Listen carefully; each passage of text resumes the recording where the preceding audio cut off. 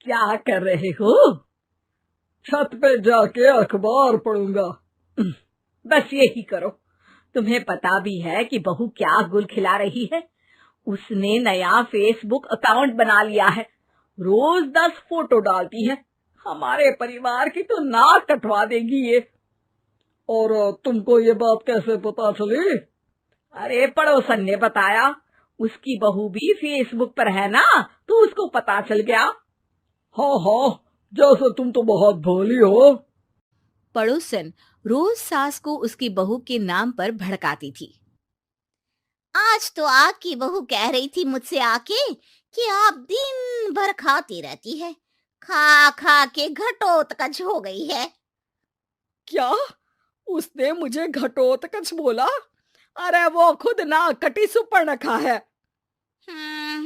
आप कह रही हो तो सही होगा, लेकिन आप उसको बताना मत कि मैं ये सारी खबरें आपको देती हूँ।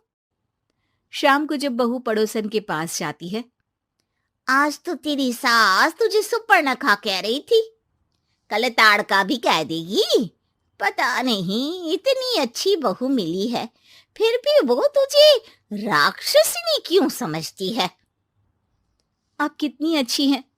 आप मेरी सास की हर बात मुझे बता देती हो, वरना मुझे पता ही नहीं चलता कि वो मेरी पीठ के पीछे इतनी बुरी बात करती है। चालाक पड़ोसन रोज ही दोनों सास बहू के सामने उन दोनों की ही बुराई करती और चुगली करके बातें बता देती, ताकि दोनों में हमेशा लड़ाई होती रहे। आपने तो बस छत पे बैठ के अखबार पढ़ना है और चाय के घूंट पीना है। बहू की वजह से मुझे तो जहर के घूंट पीने पड़ रहे हैं। कल वो मुझे मोटी घटोत्कच बोल रही थी। तो तुम भी तो उसको नाक कटी सुपर्णखा बोल देती ना। हाँ हाँ, वही बोल दिया मैंने उसे। आप मुझे कितना समझते हो। बहुत अच्छे से। अब मुझे वो ये बात पड़ोसन ने बताई ना, वही तो है आपकी शुभ चिंतक। पर मैं इस बहू को ना सबक सिखा के ही रहूंगी। जरूर सिखाना चाहिए, पर आज तुम मेरे साथ शाम को छत पे बैठना, एक तरकीब बताऊंगा। बिल्कुल बिल्कुल, कितना ध्यान रखते हो जी आप मेरा। मैं ना सब ध्यान रखता हूँ। शाम को जब सास और ससुर छत पर बैठे होते हैं कि यहाँ खड़ी हो जाओ, यहाँ से ना तुमको पता चल जाएगा कि बहू की अगली चाल क्या है। अच्छा, कैसे? सवाल मत पूछो, जैसा कह रहा हूं वैसा करो। थोड़ी देर में ही छत पे बहू की आवाज आने लगती है। मेरी सास लायक ही नहीं है, मुझे पता होता तो सास बहू की भी कुंडली मिलवा लेती पहले ही। तेरी सास तो मुझे भी पसंद नहीं है, मेरे पास जब भी आती है तेरी बुराई करती रहती है। कभी सुपर्णखा कहती है, कभी हिडिंबा कह के कामचोर भी बोलती है, अरे कभी कभी तो चुगलखोर भी बोल देती है। काश आप जैसी होती मेरी सास। ऊपर छत पे पड़ोसन और बहू की आवाज सुन के सास के होश उड़ जाते हैं।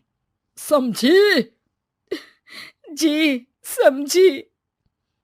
सुबह तुम्हारे सामने ये बहू की बुराई करती है और शाम को बहू के सामने तुम्हारी। मतलब आप सिर्फ अखबार नहीं पढ़ते, सारी खबरें भी रखते हैं। अब तो इस पड़ोसन को भी सबक सिखाना पड़ेगा। शाम को सास बहू को जाके पड़ोसन की साजिश के बारे में बता देती है। हाँ, मुझे माफ कर दो माँ जी।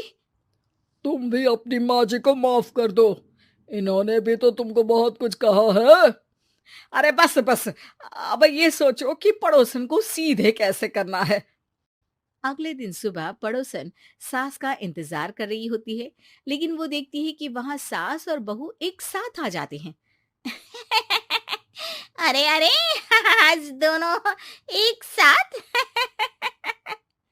हाँ, सोचा कि बहू की पीठ पीछे बुराई करने से क्या फायदा, मुंह पे ही बोलती हूँ मैं। हाँ, मैंने भी सोचा आपको 2 बार मेहनत करनी पड़ती है, एक ही बार में काम खत्म कर लोगी। हैं? वो मैं आप लोगों को कैसे पता चला? क्योंकि ऊपर वाला सब देख रहा है। पड़ोसन ऊपर देखती है, वहां ससुर खड़े होकर हंस रहे होते हैं। "अ, मतलब आप हमारी बातें सुन लेते थे? हाँ, सुन लेता था और मजे भी लेता था। आपको तो शकुनी होना चाहिए। क्या चाल खेली है आपने, एकदम सास बहू के सीरियल जैसी। तो बताओ पड़ोसन जी, मेरी बहू ने आपसे अब मेरे बारे में क्या बोला? यही बोला कि सास बहुत अच्छी है, बहुत ध्यान रखती है। अच्छा, और सास ने मेरी क्या बुराई की? नहीं ना की बुराई, हमेशा तारीफ करती है। भगवान सबको ऐसी सास दे। मेरी गलती है जो मैंने आप लोगों में आग लगाने की कोशिश की। पर छत पे लगा हुआ सीसीटीवी, यानी कि शर्मा जी सब देख रहे थे। हाँ जी, मुझे माफ कर दीजिए। माफ क्या? आपको तो अब हम साफ ही कर देंगे अपने वालों की लिस्ट से। आज से आपकी और हमारी बात बंद, लेकिन बुराई जारी रहेगी। अब आपकी हरकत के बारे में पूरे मोहल्ले को बताना तो पड़ेगा ना आंटी जी।